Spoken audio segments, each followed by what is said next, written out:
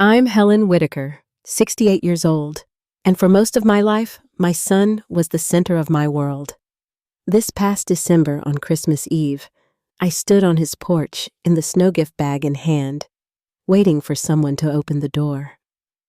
Behind the glass laughter and clinking glasses floated through the warm light, but no one came.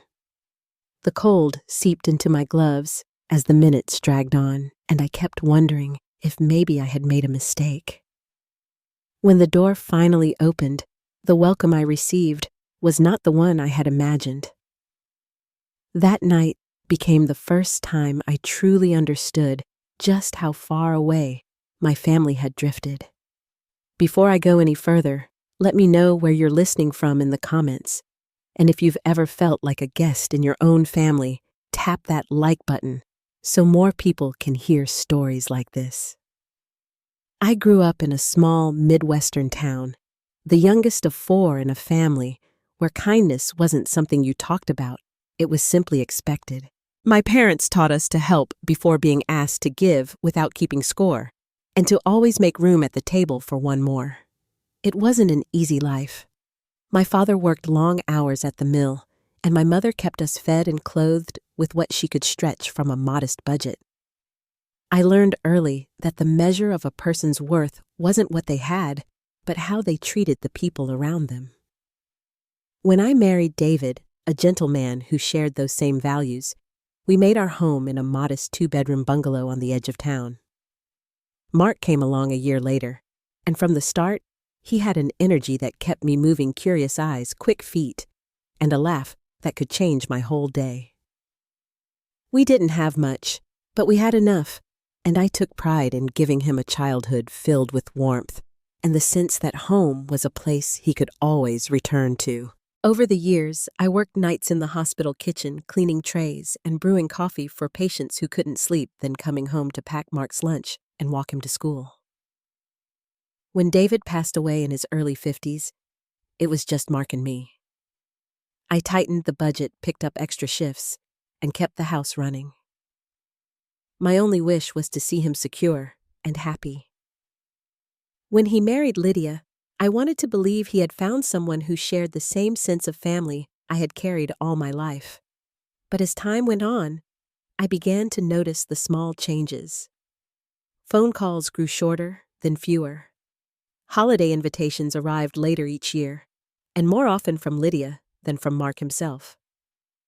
Where there had once been easy conversation, there was now polite formality. The warmth I had relied on between us seemed to have thinned into something I could no longer reach. That December, when the email about Christmas dinner arrived, a brief note without even my name in the greeting, I told myself it was just the holiday rush, that they were busy, and it didn't mean anything more. I still wrapped the gift I had made filled with pieces of our family's history and planned to deliver it in person. But as I stood outside their door in the drifting snow, hearing the sounds of celebration just a few feet away, I felt the first deep crack in the certainty that I still belonged. Snow had already gathered along the edges of the driveway when I parked by the curb, the flakes drifting in slow spirals through the dim afternoon light. I turned off the engine and sat for a moment, letting the quiet settle. Their house looked warm from the outside, soft yellow light spilling through the curtains, shadows moving in and out of view. Somewhere inside, a child's voice rang out in high laughter, followed by the sound of glasses clinking. I picked up the gift bag from the passenger seat and checked that the album inside was still safe. My gloves were in my coat pocket, but I didn't put them on. The cold on my hands felt grounding. The walk up the driveway felt longer than I remembered. The hedges that lined the path were bare now, dusted with white, but I could still picture them in summer, when Mark had helped plant them, shoveling soil and joking about curb appeal.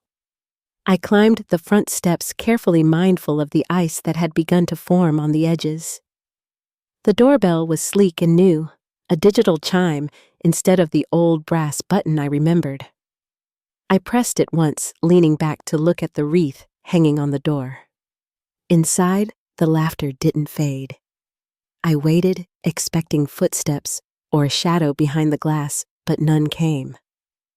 I pressed the bell again. This time, I leaned forward, listening closely. Still nothing. Snow began catching on the cuffs of my pants, melting into the fabric.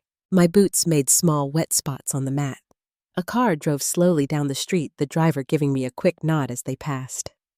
I tried to smile back, but my face felt stiff from the cold. The minutes dragged on. Somewhere behind the curtain, a shape moved quick and indistinct. I couldn't be sure if it was a person or just the play of light. The door opened at last. Mark stood there, his expression unreadable. He said my name not in greeting, but as if reminding himself. I nodded and lifted the damp gift bag slightly. He didn't take it, only stepped aside to let me in. The warmth hit me immediately, the smell of pine and cinnamon hanging in the air. Lights twinkled across the tree in the corner, ornaments catching the glow from the fireplace. The living room was crowded coats draped over chairs, half-finished drinks left on the mantel shoes scattered near the baseboards. I caught sight of Lydia in the hallway, her hair perfectly styled, a cream sweater dress falling smoothly over her shoulders. She glanced at me with a polite smile. "Oh, we thought you might not make it," she said. "We got caught up with everything." Her voice trailed into a conversation with someone behind her before I could reply. Mark gestured vaguely toward the closet. I hung my coat myself, the hook wobbling slightly under the weight. I remembered tightening it the first winter they lived here. The dining room was already full. 12 seats, each one taken with a folding chair squeezed in at the very end. I slid into it without comment. My knees touched the edge of a plant stand, and I set the gift bag in my lap to keep it from brushing the floor. Around me, conversations wove together: ski trips, remodeling projects, plans for New Year's. A woman across from me gave a polite nod before turning back to her table mates. The food arrived in heavy dishes passed from hand to hand: glazed ham, green beans, mashed sweet potatoes. Lydia moved through the room with practiced ease, topping off wine glasses, laughing at just the right moments. Mark sat 3 seats away. He caught my eye once and gave a brief nod, then turned back to the man beside him. I focused on my plate, eating slowly, listening without joining in. When dessert came, I thought for a moment about offering the gift bag, but no one asked, and the moment didn't present itself. I set it gently beside my chair. Across the table, someone admired Lydia's glassware, and she explained it had been a wedding gift from Mark's aunt. I remembered buying that set. The memory stayed quiet between me and the clink of forks on china. After dinner, the children were sent to the den with cocoa and puzzles. The adults lingered over pie and coffee. I stayed in my folding chair, my hands folded loosely in my lap. Mark laughed at something Lydia said, his posture easy and relaxed the way it had been when he was younger and sure of his place in a room. A small girl wandered back in from the den, clutching a drawing. She looked at me for a long moment, her brow furrowed, then turned to Lydia. "Is she the cleaning lady? Like Miss Janice at school?" she asked, her voice clear enough to carry. A few soft chuckles circled the table. Lydia laughed the loudest and waved a hand, calling it a silly question, but she didn't correct her. Mark said nothing. I sat very still, keeping my face neutral. When the dishes were cleared, Lydia mentioned setting up a dessert station in the kitchen for those still hungry. Mark followed her out, their voices fading into the hallway. I stood picking up the gift bag and placed it behind my chair out of the way.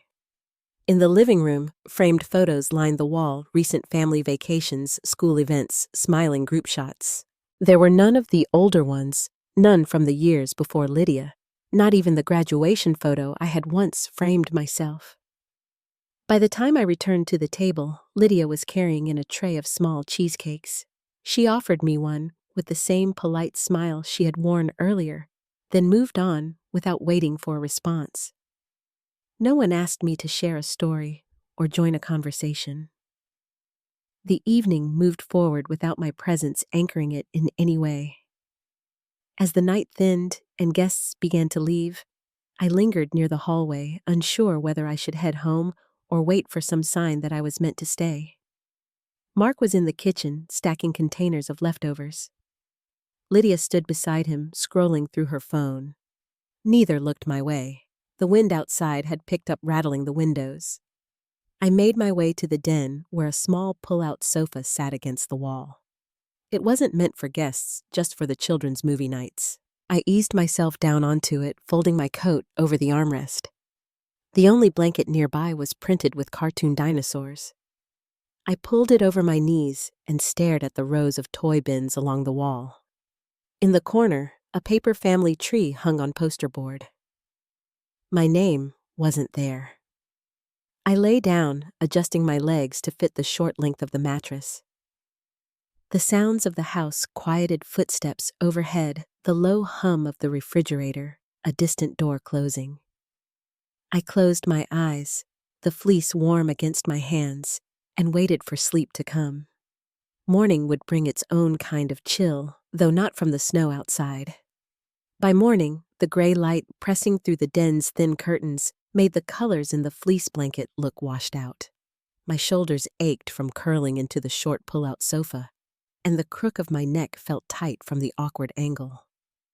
The dinosaur print stared back at me when I folded the blanket, neatly setting it on the armrest. Somewhere beyond the hallway, I could hear Lydia's voice in the kitchen. Her words low but steady, the cadence suggesting she was running through a list of things to do. Mark's voice followed, calm and unhurried, as if nothing about the day before had been unusual. I stepped quietly into the hallway, my shoes in hand, not wanting to track the damp from my socks across their polished floor. Mark was at the counter pouring coffee into 2 mugs. He glanced up when he saw me and offered a small, almost rehearsed smile. Lydia appeared beside him, already dressed for the day, her hair smoothed into place, her phone in hand. "We were talking this morning," Mark began, his tone careful. "There's a senior community not far from here. Private units close to town. We drove past it once and thought of you. It's quiet, but not isolated." Lydia nodded, stepping closer so her perfume drifted into the air between us. "It's about making sure you have comfort," she added. "Your own space and peace of mind. You'd have independence." The words fell into place like they'd been practiced, polite but conclusive. I wrapped my coat over my arm, my fingers finding the loose seam in the pocket. "That's thoughtful," I said evenly. Mark's shoulders dropped slightly, as if my acknowledgement alone was a relief. Lydia had already turned back to her phone, scrolling with quick, deliberate motions. No one asked how I'd slept. No one mentioned the snow that had kept falling through the night or the blanket I'd used. I pulled my coat on and caught a glimpse of myself in the hallway mirror. Pale skin, hair slightly mussed, eyes steady despite everything. "I'll think about it," I told them. Mark nodded. He mentioned sending me a brochure by email, his voice lighter now. Outside, the cold pressed against my cheeks as I walked to my car. Snow had collected along the windshield wipers, thin ridges of ice clinging to the edges. I brushed it away with my glove, the motion slow and deliberate. The house behind me stayed still. No one opened the door to watch me go. The drive to my cabin took longer than usual. The roads were wet and lined with slush, the sky a muted silver that seemed to close in over the treetops. When I finally turned down the gravel path, the sight of the cabin's dark green siding between the pines brought a quiet relief. Inside, the air was cool but familiar. I set my bag down, switched on the lamps, and lit a small fire in the hearth. I walked to the kitchen and reached for the drawer above the sink, pulling out the worn manila folder that held my financial papers. The spine was frayed from years of use, corners bent and softened. I opened it on the dining table, the pages spreading in neat layers. The first document was the deed to Mark and Lydia's house, my name printed clearly at the top. I had left it that way years ago, thinking it would be a foundation for them. Further down in the stack were bank statements and notes in my handwriting. The educational fund for Sophie, the automatic payments for their utilities, the credit card account linked to both our names. Lines of numbers I had set up quietly, thinking it was help they appreciated. The phone sat at the edge of the table. I pulled it closer and dialed the bank first. The representative confirmed my identity, then walked me through closing the joint credit account. I asked to remove Mark's name from the educational fund, my voice steady as I answered the security questions. The call ended with a polite, "Is there anything else?" and my simple "No, that's all." Next, I phoned my lawyer. The trust documents for the house would be drawn up within the week, placing the property into the hands of a non-profit that provided housing for retired nurses in need. The cabin, I told her, would remain mine. I wanted it in my name alone. Outside, a thin snowfall had started again, dusting the porch railing. I sat for a long while at the table, the phone warm in my hand, the folder open before me. The kettle began to whistle softly on the stove, steam curling up into the air. I poured the water over a tea bag in my favorite mug, the one with a small chip at the rim, and set it beside the stack of papers. By mid-afternoon, the changes were in motion. The property title transfer was scheduled, the automatic payments canceled, the college fund frozen. The new documents lay neatly in a separate envelope, my name standing alone where others had once been. I slid the envelope into the center of the folder, closed it, and placed it back in the drawer. The fire had settled into a steady glow, the wood cracking softly as it shifted. I stood by the window, looking out at the lake partially covered in ice, the pines bending slightly under the weight of snow. The quiet felt different now, more deliberate. Late the next morning, my phone rang. Mark's number lit up the screen. I answered, holding the receiver loosely. "I heard there have been some changes," he said. His tone was clipped, cautious. "Yes," I replied. He hesitated. "Could we talk about it?" "There's not much to discuss," I said. "I thought about your offer for the senior community and decided it's not the right fit for me." He was silent for a beat. "It's just, things are complicated right now. Lydia's been stressed, the mortgage." "I understand," I said, my voice even, "but nothing's changed except that I've stopped pretending." The line went quiet except for his breathing. When he spoke again, his voice had lost some of its edge. "I get it," he said, though I knew he didn't. We ended the call without arranging to meet. The air in the cabin felt still after I set the phone down, the fire's warmth carrying through the room. Outside, snow had stopped falling, leaving the branches lined in white under a pale sun. 3 days later, the phone rang again. This time, his voice was softer. "Sophie and I were wondering if we could stop by," he said. I agreed, though not out of expectation. The sound of his voice lingered after the call ended, but the room stayed unchanged. I straightened the chairs by the table, folded a clean dish towel, and set the kettle on the stove. The day Mark and Sophie were due to visit, the sky hung low and pale over the lake. Patches of snow clung to the ground where the sun hadn't reached, and the gravel drive was soft from the thaw. I set the kettle on the stove, laid 2 clean mugs on the counter, and left the door unlocked so they could come straight in. When their car crunched to a stop near the porch, I stayed at the kitchen table listening to the quick rhythm of their footsteps on the wooden planks. Mark stepped inside first, carrying a paper bag. Sophie followed closely, a sketchbook tucked under her arm, her cheeks pink from the cold. "Hi, Mom," Mark said, his voice quiet but clear. I greeted them both, then gestured toward the chairs. The smell of banana bread drifted from the bag as he set it on the table alongside a small jar of honey. Store-bought, but the gesture was neat and deliberate. We sat together, the kettle's whistle filling the brief silence. I poured tea into the mugs, the steam curling between us. Sophie opened her sketchbook and began to draw without a word, her pencil moving in light strokes across the page. Mark rested his hands around his cup, his gaze moving from the window to the fire. "It's been a lot lately," he said finally. "Lydia's job has her traveling more, and the mortgage is, well, it's heavier than we expected with everything else going on." His tone carried a mixture of explanation and restraint, as though every word was measured. I nodded, keeping my eyes on the tea swirling in my mug. "I miss how it used to be," he added, glancing at me. "Maybe we could have Sunday dinners again. Talk more often." He didn't frame it as an apology, but the request was there in the way he leaned slightly forward. "I'll need some time," I said, my voice even. "I'm not angry. I'm just not willing to fade into the background anymore." His fingers tightened slightly around the mug before he nodded. Sophie looked up from her drawing, her eyes bright.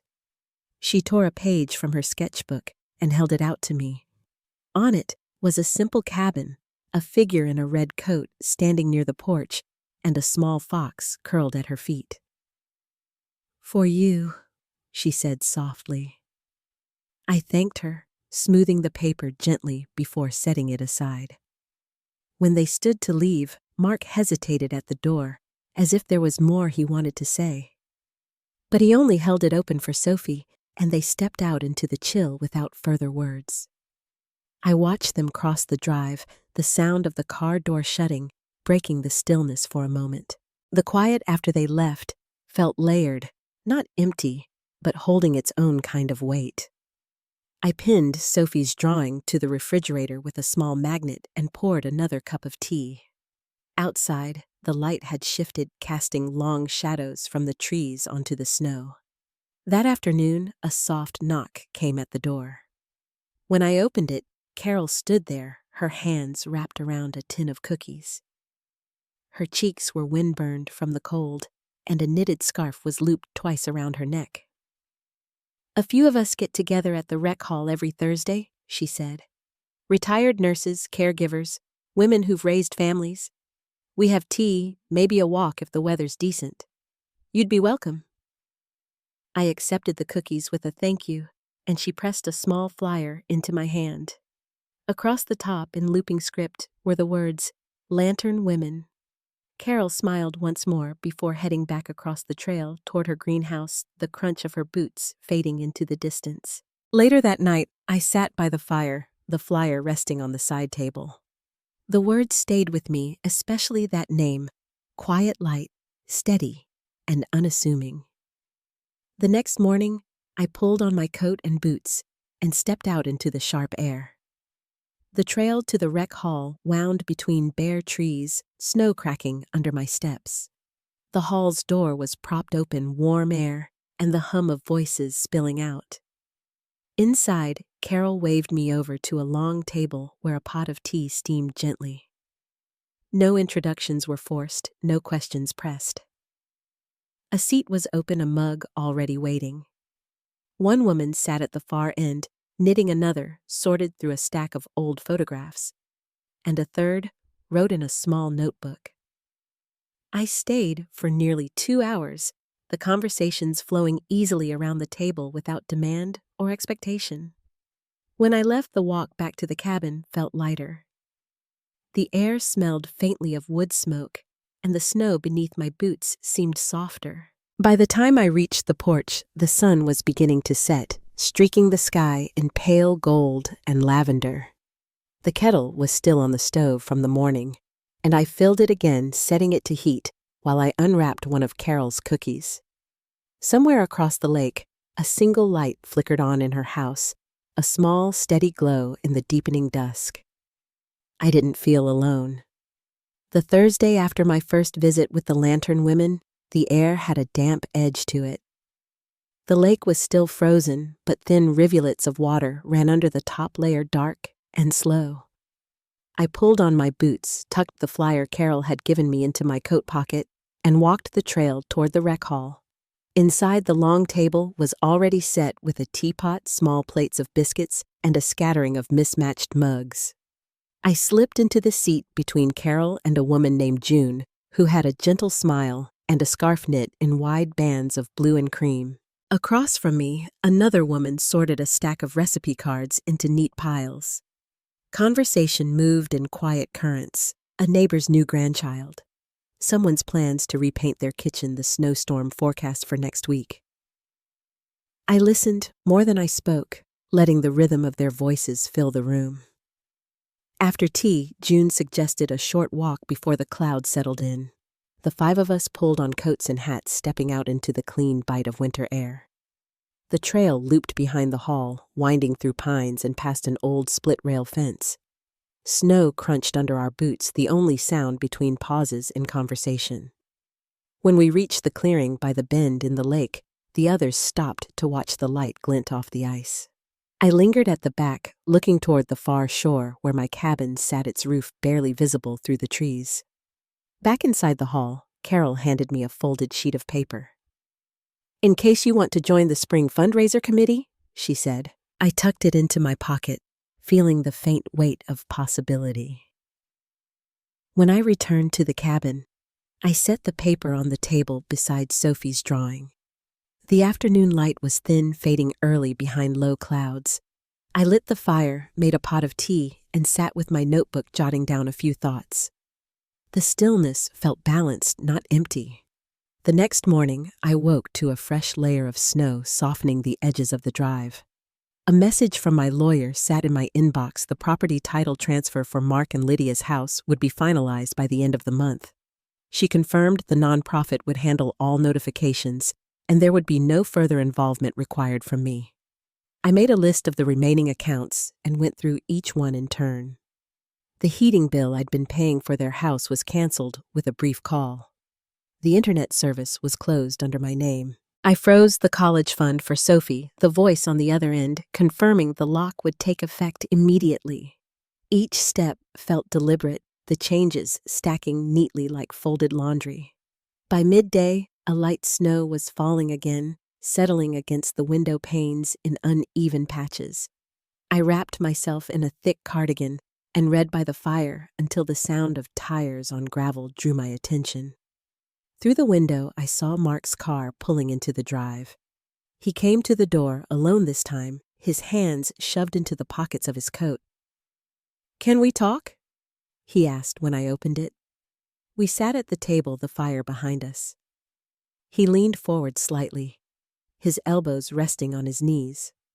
"I got a call about the mortgage," he said. "They told me the house title's been moved, and the utilities. I didn't realize you were going to. I had to make some changes," I said, keeping my tone steady. "The house is no longer in my name. The accounts I was covering are now closed." His gaze flicked toward the window, then back to me. "I don't understand why it had to be this way," he said quietly. "If it's about what happened at Christmas, it's not about one night," I replied. "It's about making sure I choose where I belong, instead of being placed where someone else thinks I should be." He sat back, the chair legs scraping lightly against the floor. "Lydia's upset," he said. "She doesn't know how we're going to manage now." I didn't answer right away. The sound of the fire popping in the hearth filled the space between us. "You'll find a way," I said at last. Mark looked at me for a long moment, then nodded once. "I guess we will." He stood, his coat collar pulled high around his neck. At the door, he paused, as if to add something, but left without speaking.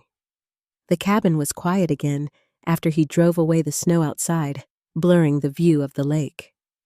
I poured myself another cup of tea and sat by the window, the mug warm between my hands.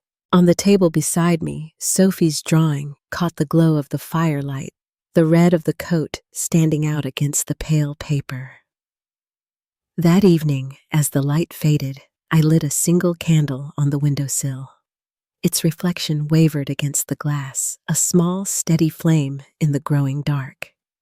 The kettle hissed softly on the stove, and somewhere across the lake, a light flicked on in Carol's house.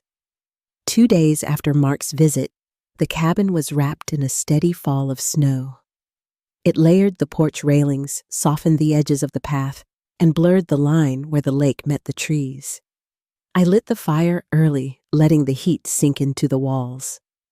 On the table beside me, the stack of completed paperwork rested under a smooth stone I'd picked up from the lakeshore years ago. The weight of it was small, but enough to keep the pages still. That afternoon, my lawyer called to confirm the final signatures had been processed. The title transfer for Mark and Lydia's house was officially complete, the trust in place. She would handle the remaining notifications, but by the end of the month, they would receive the formal letter. I thanked her, then sat for a while with the phone in my hand, the crackle of the fire behind me. When the phone rang again later, I recognized Mark's number.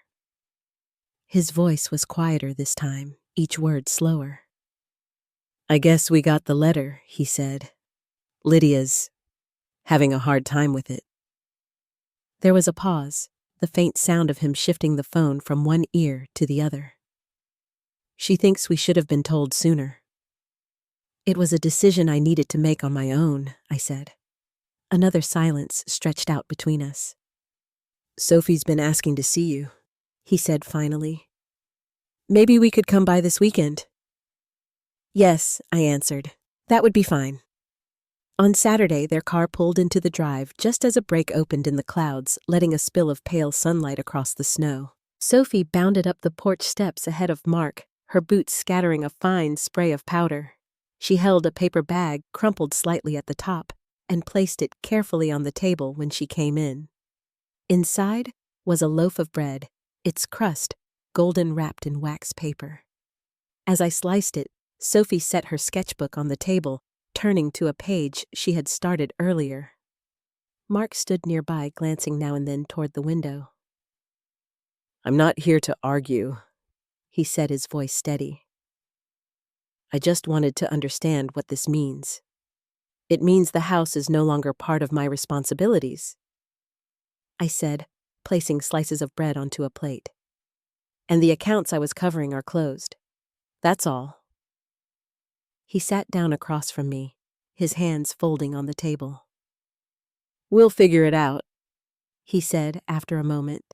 "It's just going to be different." Sophie looked up from her drawing. "Can we still come here?" she asked. "Of course," I told her, meeting her eyes. "Whenever you'd like." The rest of the visit passed quietly. We ate the bread with tea steam rising from the mugs, and Sophie finished her drawing the cabin in winter, a small fire in the window and a path leading to the door. She tore the page from her book and slid it toward me. I set it beside the first one she'd given me. When they left, the light was fading again, shadows stretching long over the snow. I stood at the window until their car disappeared around the curve of the drive.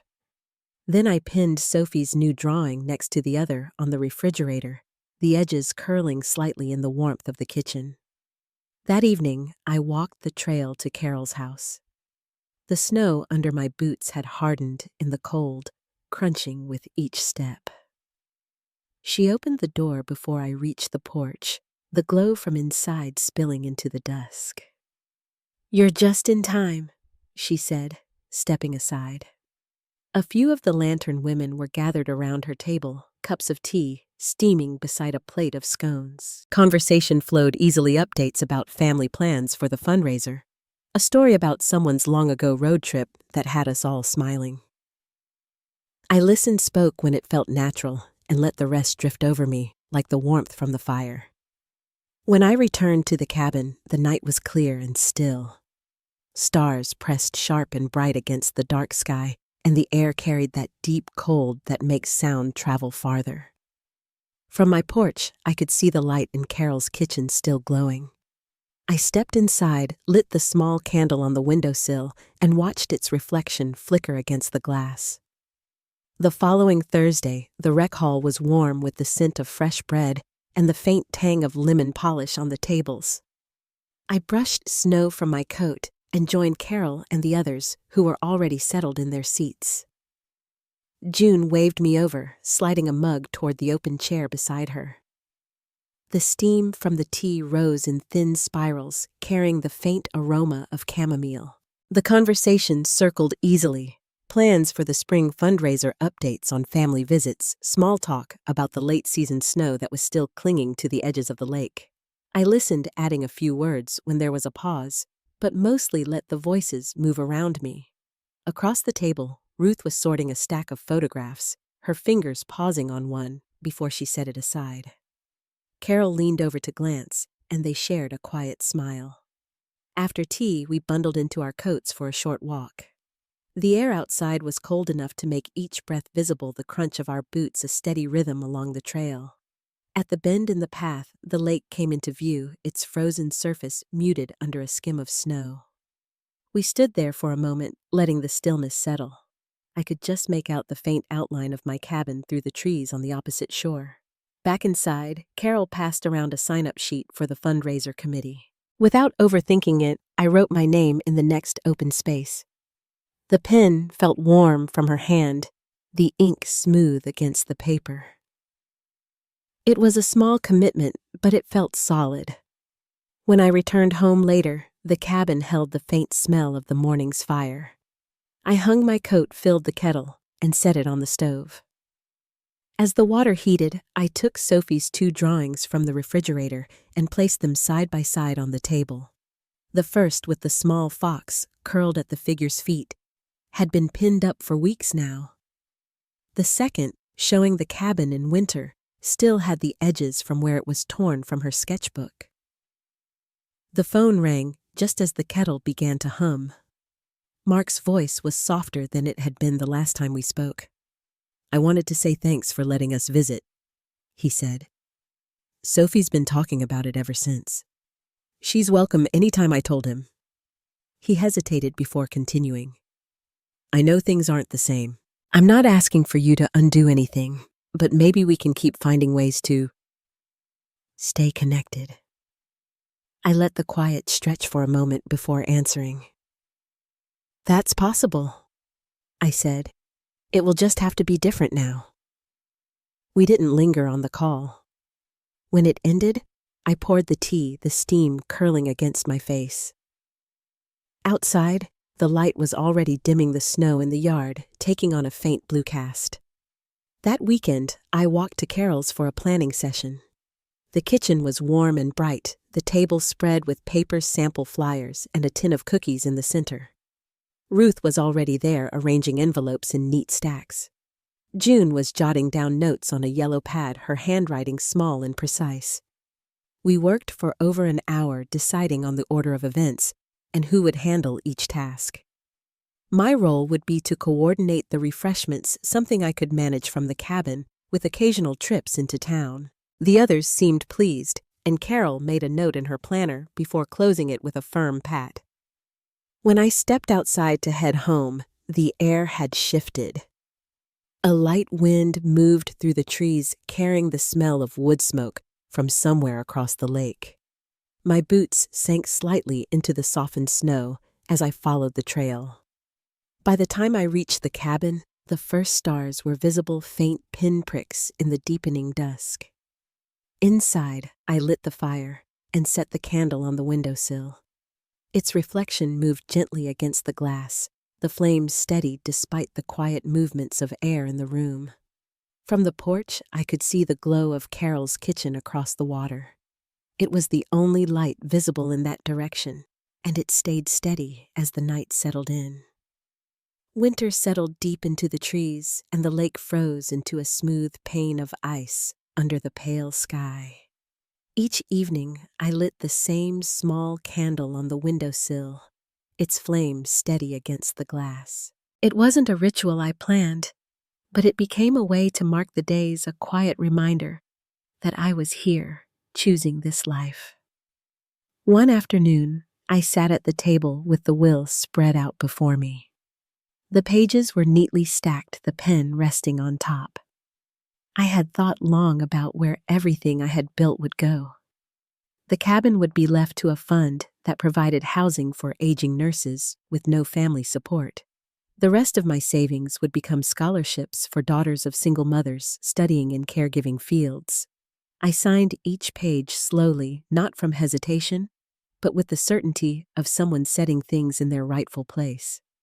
When it was done, I set the pen aside and carried the documents to the small fireproof box in the bedroom. Outside, snow drifted gently past the window, each flake catching the late light before it vanished into the white below. I stood there for a moment, watching the stillness settle over the lake. I didn't hear from Mark for a while after that. When I thought of him, it wasn't with the tightness that had once come so easily. It was simply distance, like looking at something through a window you couldn't open. The last time we spoke, he had said he wanted to stay connected. Maybe he would in his own way, but I no longer measured my worth by how often the phone rang.